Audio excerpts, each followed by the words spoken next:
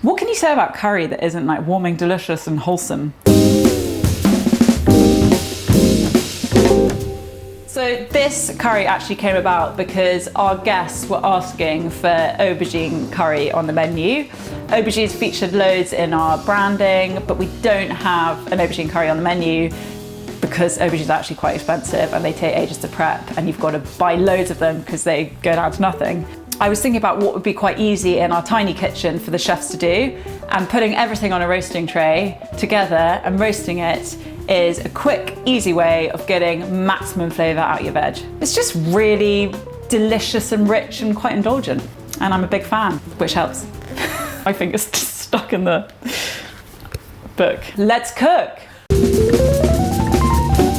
Oh, should I use my cleaver? I haven't sharpened it though, but it's quite sinister if you film me sharpening the... No, let's not film you sharpening it. Okay, I bought it in a market in Thailand, you know, reasonably priced, and I've got some really good use out of it. It's perfect for chopping aubergines. So I can't actually fit my hand over. This is a big aubergine, so it's quite awkward actually. It's also quite blunt. Okay, so these aubergines I'm just dicing, and then I'm going to salt them.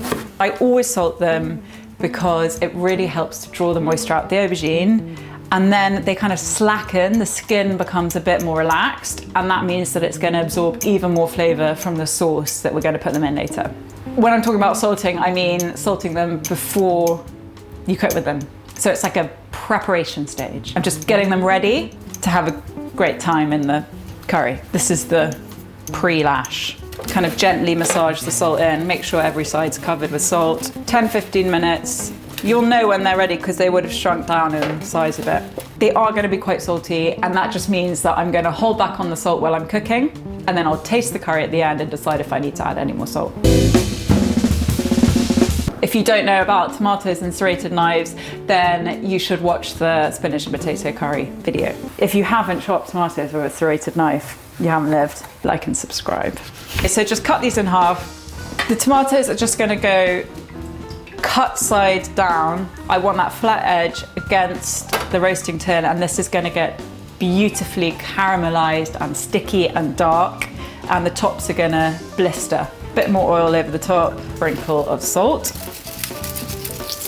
And there's a bit of space in my pan, which is perfect, because I'm going to add lots of garlic. The garlic I'm just going to keep in the skins, and that's going to add a bit of protection to them when they're in the oven so they don't get too cooked and burnt, and we'll just pop them from their skins when they're cooked. Give them a nice gentle bathe in the oil so that they are, I don't know, well lubricated.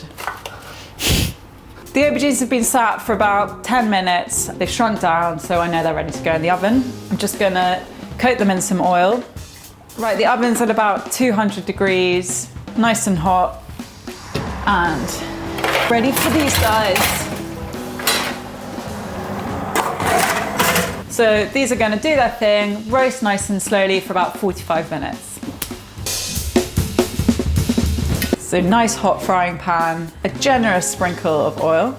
Sprinkle? Drizzle. I'm gonna actually fry some coriander stalks. If you've got any coriander stalks lying around your fridge, because a lot of people are quite reluctant to cut them up and use them as garnish, they're really great fried in hot oil at the start of a curry. They add an incredible flavour. The coriander actually changes its flavour profile a bit. Before I add the stalks, I'm going to go in with 4 teaspoons of cumin seeds. As soon as these are frying and golden, go in with the coriander stalks. This probably will splutter. As the coriander stalks are frying, they're going to turn a darker shade of green, and that's how you know that they're ready and they've fried off properly. Next, just a couple of bay leaves.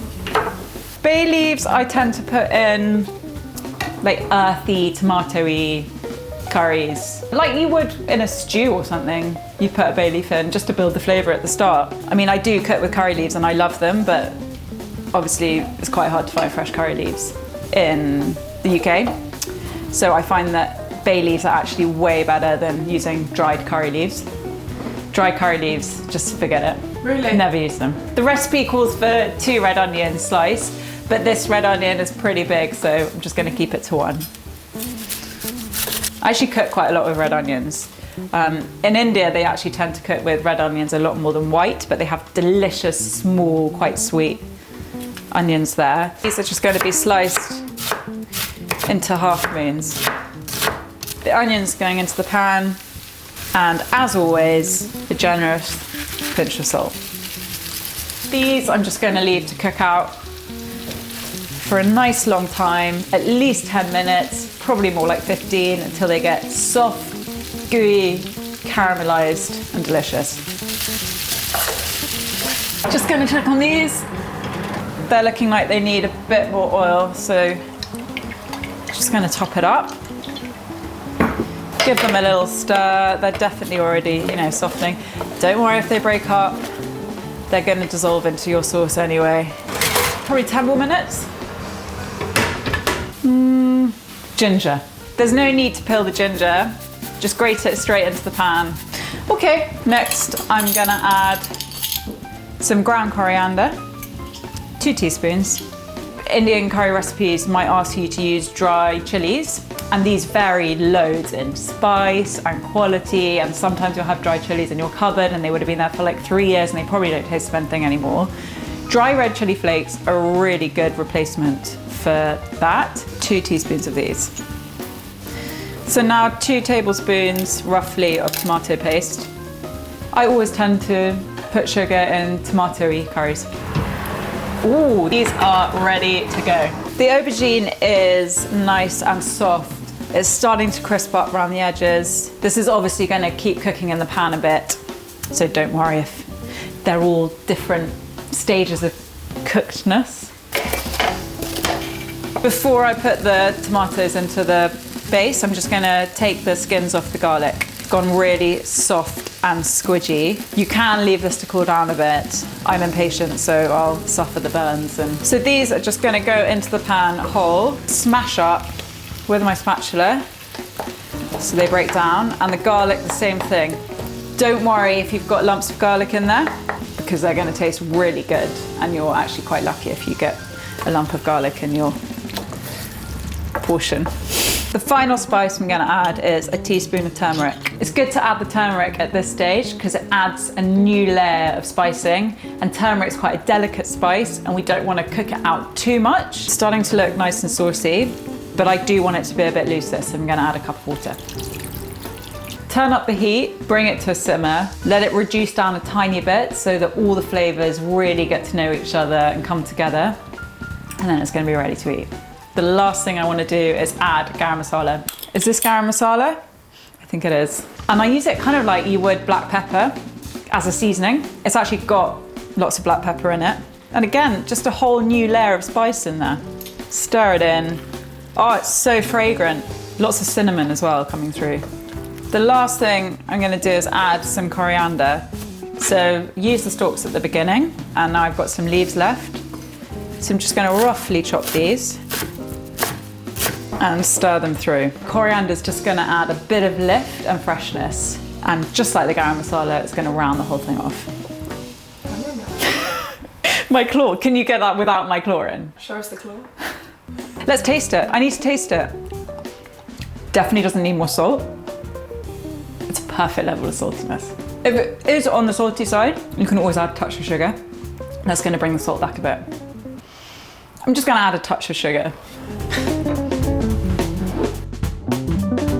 Roasted tomato and aubergine curry. It's smoky, it's rich, it's a really great way to cook aubergines. It's in my book, out now, and I can't wait to hear what you all think. Enjoy cooking it. So here I am. Curry for one. That's why I hate eating on camera. That's very tasty. I mean, what else can I say?